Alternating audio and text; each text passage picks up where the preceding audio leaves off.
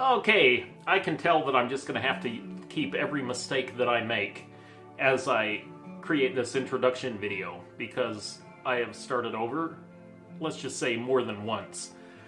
Because I get lost or I stutter or something, but this is the first time that I have harvested yeast. And I would do a couple things differently. For example, this time I did not use boiled water. And in John Palmer's How to Brew book, page round about 76, I think, he says that boiled water is necessary to use because you deplete the oxygen from the water. And in doing so, well, if you don't, it says they will deplete their glycogen reserves, right? So I assume he knows a whole lot more about yeast than most people, and he knows what he's talking about. So if I do this again, which I'm sure I will use boiled water. Since this is the first time that I've done it, I'm pretty happy with my results because I've already used one. Well, I got 6 vials, 6 little jars, you'll see what I mean in a minute, out of it, and I've already used one, and I had an experience with it, which, I don't know, maybe it doesn't bode well, but I made a 2-liter starter out of one of my little bottles of yeast, and it started to ferment almost immediately. I had taken it down to the room where I put my fermenters because it's a convenient place for my fermenters to be. And 4 hours later, I walked into that room and found that it was fermenting already and quite quickly.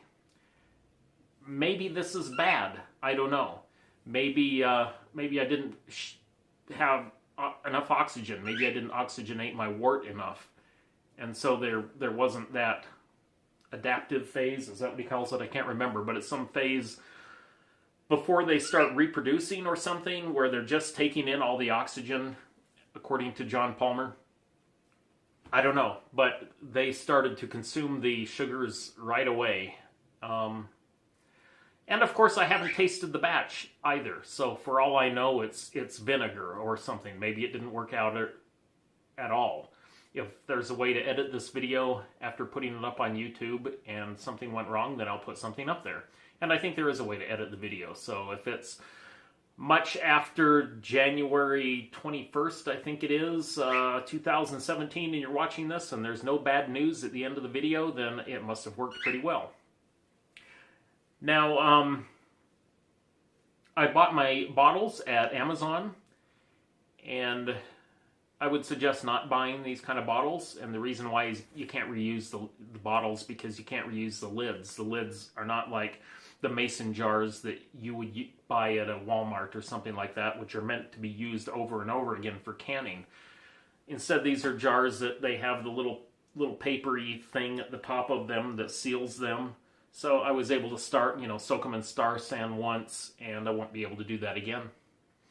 Anyway, I think, other than, a couple things, the jars and the boiling, that I would do differently, and having not actually tasted the batch of beer that I've used with at least one of them so far, everything went really well, and I would do it exactly the same again, except for I'll get jars that can be reused, and I'll boil the water again. And I think this method, the method I used, is, I sure like it better than the methods that I've seen from more established and more experienced brewers that I've seen. If you're searching Google for how to harvest yeast, you're probably seeing people pouring into one mason jar and then pouring into another mason jar, and I think it's a whole lot easier, a whole lot better using the Erlenmeyer flasks. Is that what they are, the Erlenmeyer? Well, it's been a long time since I had to name a flask, but the typical flasks that we use in homebrewing. I used a 2-liter one and a 1-liter one, and I think they work a lot better than using mason jars, except, of course, for the final step of storage. So here we go. Got some bottles sort of boiling. Why? Well, just because I can, and because I want them sanitary. And right here is the yeast cake from my very first Maris Otter Cascade that I've just uploaded a video for. The Maris Otter that I had on that previous video was 67%. It said guaranteed. It was Muntons. Guaranteed 67% at least Maris Otter. Well, that's not what I was after when I bought this stuff. I was after 100% Maris Otter. And I just assumed it says Maris Otter on the label, right? And that's what they sell it as at the store. I just assumed it was 100%. Apparently it's not, so I decided this time I would buy from Northern Brewer. Kind of a decent company. This is kind of a pain to get out. What does this say? Oh, this is a different kit. We don't really need to look at that today. Right here is what matters. Maillard malts, Maris Otter. It says 100% British ale malt, and I certainly hope that means it's 100% Maris Otter. And it's 6 pounds. Now what's interesting is those other cans, the liquid malt extract I used were 3.3 pound cans, which means it was 6.6 pounds. Which means I'm changing quite a few things here when I go to my next Maris Otter.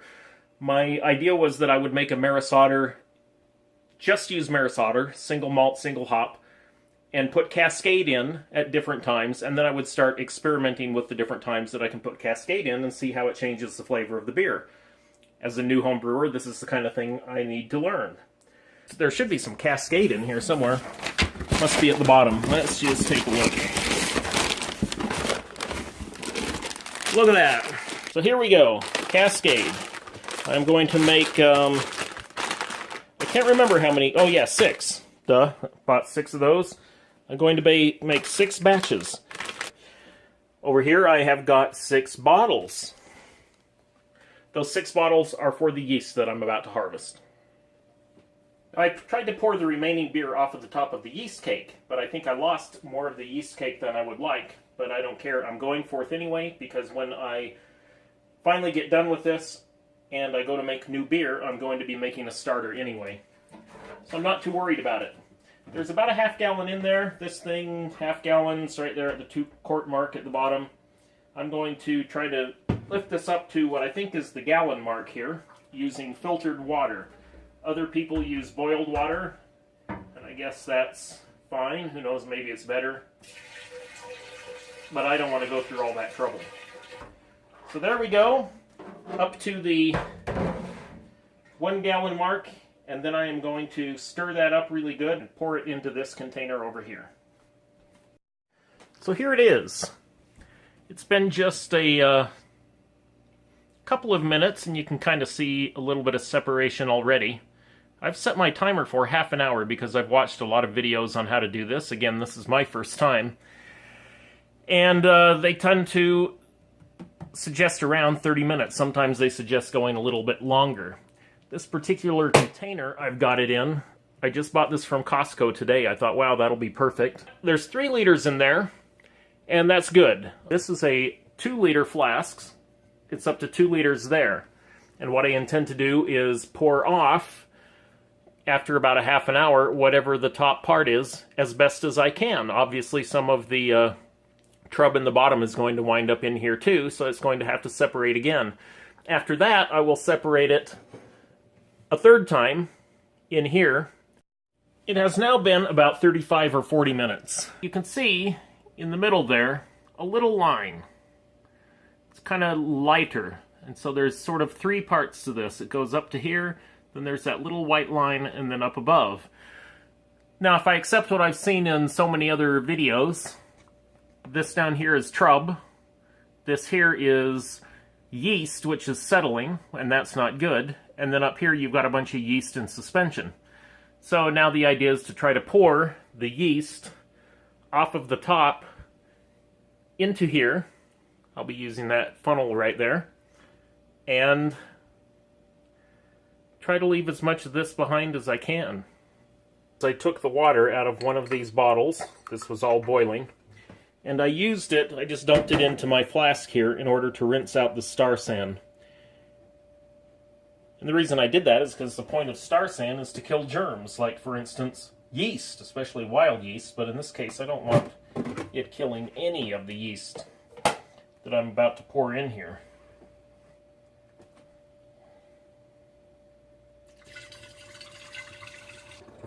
And I'm just going to keep pouring until I hit 1 liter. And that's it. Now it's a matter of waiting again for it to separate.